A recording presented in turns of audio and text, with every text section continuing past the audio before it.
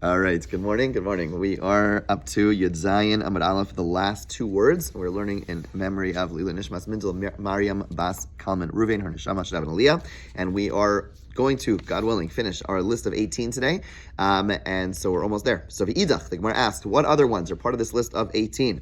So Amar, Tavi Rishba, Tavi the hunter, according to Rashi.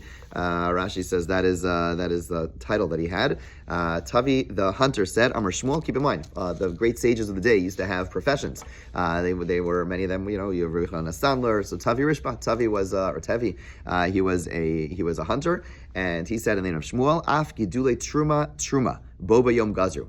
The idea that the growths of Truma are Truma was decreed on that day. What in the world does that mean? What that means is that if a person has Truma, they have Truma, so normally Truma is something which has to be given to the Kohen, but there is a loophole. The loophole is that if you make it into something new, how do you make it into something new? You put it back in the ground and you allow it to grow again. Okay, so I don't know enough about agriculture, but basically if you have some growth and you put that growth into the ground and it grows again, so it's something new. It's something new, and therefore you don't have to lose its Truma status, and you're allowed to have the new product because it's something brand new. Okay, so that would be allowed. However, Chazal came along, or sages came along, Beis Shammai, V'Yitzil and Shammai argued about this, and Beis Shammai ultimately decreed that the growth of Truma is exactly like Truma. Okay, even though it's something from a halachic perspective, it's a brand new entity. You replanted it, still it's considered something. It's still considered truma. The question is why? My taima. What's the reason? We'll see a couple of different suggestions. Rav Chanina gzer mishum truma tehora biyad Yisrael. The Rav Chanina says the concern was that Yisrael is going to go ahead. What happens? Truma is a person goes ahead. They have to give truma to a kohen. So you separate the truma from your produce, and you're supposed to give it to the kohen. But this guy is going to say, I don't want to give it to the kohen. You know what I'm going to do? I'm going to put it into the ground. It loses its status as truma, and now I can eat it. So I save myself the whole issue of giving truma because I've essentially bypassed truma by making it into a new entity, and I've fulfilled the obligation of truma by separating it. But in terms of the sanctity of eating truma, it's not a problem because I replant it, and it's fine. I'm allowed to eat it. That's the concern. What are you doing? What I'm doing is as follows. I have wheat, okay? So I have an obligation to give truma from that wheat, okay? We'll come back in a moment to see how much I have to give, but I have to give that to the Kohen. Okay, so before I eat it, it's tevel. Until I separate truma, I'm not allowed to eat it. So the guy separates some wheat to give it to the kohen. Okay, and then he, instead of giving it to the kohen, okay, that's the halacha. The halacha is you have to do that. So over here we're saying that gedule truma. Now this, if a person replants it, it loses its status as truma. Okay, meaning I take the wheat and instead of apparently I could manipulate it. I put it in the ground and then it grows out something new. Okay, that new growth loses its original status biblically, midoraisa. The Rabbanan came along, Beis Shammai, Beis Hillel, they argued, Beis Shammai came along and said, the growth from the truma is truma itself. Okay, even though midoraisa, it wouldn't be that case, so we're right? making sure that everybody gives their truma. Right, so Rav Chanina says the reason behind this decree is there's a concern. What's going to happen? I have a field, and I go ahead and I separate some truma. And now I can eat the produce, but instead of giving it to the Kohen, I go ahead and I replant it, and now it's truma free because it lost its status. Chazal said no. In order to ensure that I don't manipulate, I don't scam the system, I have to. The truma maintains status as truma, and therefore I'm not going to bother doing that because it doesn't save me anything.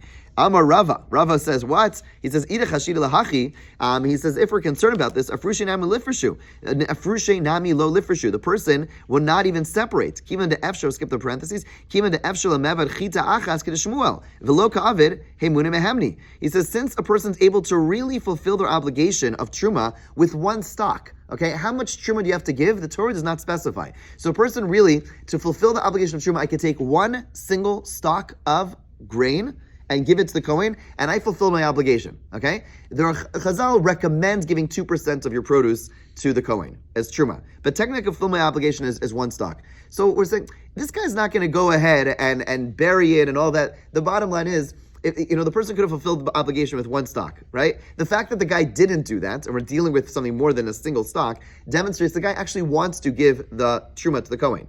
So we're not concerned. Don't make up these gezeros of a person going ahead. Truma is something so minuscule that we're not going to be worried that the person's trying to scam the system. It's not shaykh. It's not possible that the person's trying to scam the system. If you had the IRS text us, $10, right? No one's going to cheat, right? I'm saying it's just not happening, right? So don't tell me, and we're talking, right? So basically, Gemara, that's essentially, effectively what the Gemara is asking. We're not going to be worried about such a case. Rather, Rava says this is the Gzera. El Gzera mishum truma tameya biad kohen. Dilma mashila gabe va'asle takala. Rava says the reason is as follows. The kohen will have tameh, truma can become tameh, like anything else can. And truma tameh, a person is not able to eat in a state of purity, right? So, however, what's going to happen is that the Kohen has truma that's tameh, and he's going to go ahead, and what he's going to go ahead and do is that he wants to go ahead and plant it in order to get around the status of the tumah. In other words, Kohen has truma and it's tameh.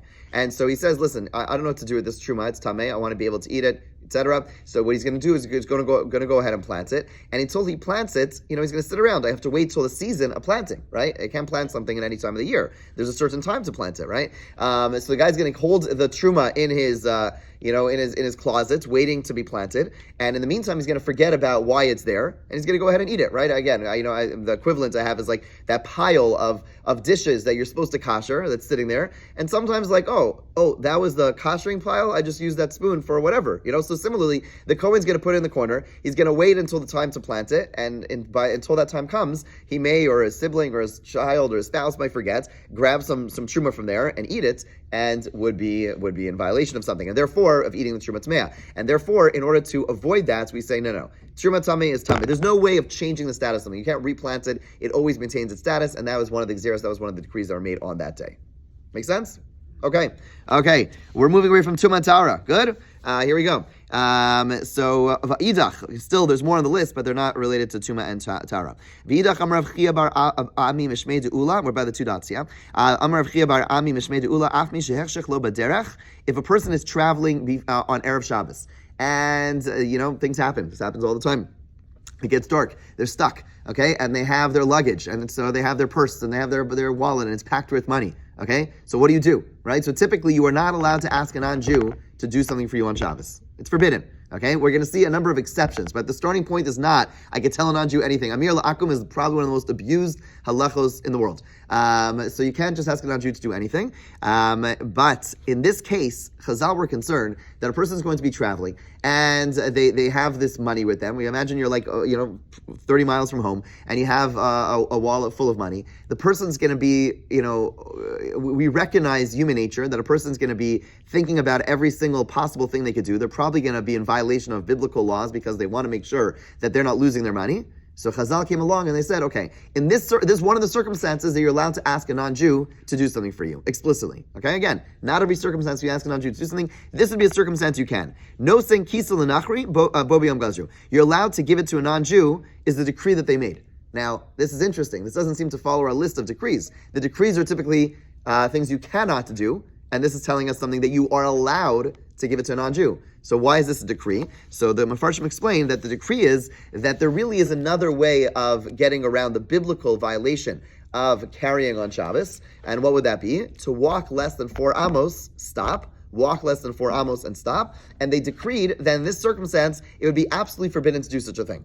Because there's a concern, again, with your money, you're going to mess around, you're going to keep on walking, you want to make sure your money's safe. And so in this case, they said, give it to a non-Jew, but you're not allowed to walk less than 4 amos and stop, walking less than 4 amos and stop. That would be forbidden, but you are allowed to give it to a non-Jew. And there are more halachos, more details to discuss. We're not going to get into the practical side of this, but it's something to keep in mind, in certain scenarios when a person's really stuck before Shabbos, a person's driving a car, whatever it is, and they have their luggage, and otherwise, normally they wouldn't be allowed to ask a non-Jew to do something. This would be one of those scenarios where you would be, in general, be allowed to ask a non-Jew, hey, could you drive this car for me, or whatever it is, to get your belongings that would otherwise be potentially lost from you before Shabbos. Again, a lot of details to this, we're not going to unpack it, but just something to keep in mind if a person is ever stuck before Shabbos. Okay, let's go a little bit further. Another very relevant decree, V'idach, the other one. What is that? Amar Be'eli, Amar Avimi, Sanvasa. It's very interesting. There's a lot of, not such common names that are quoted in this entire discussion. Okay, Pitan, Vishamnan, V'yenan, Uvnosehen, the bread of non-Jews, the oil of non-Jews, the wine of non-Jews, and the daughters of non-Jews,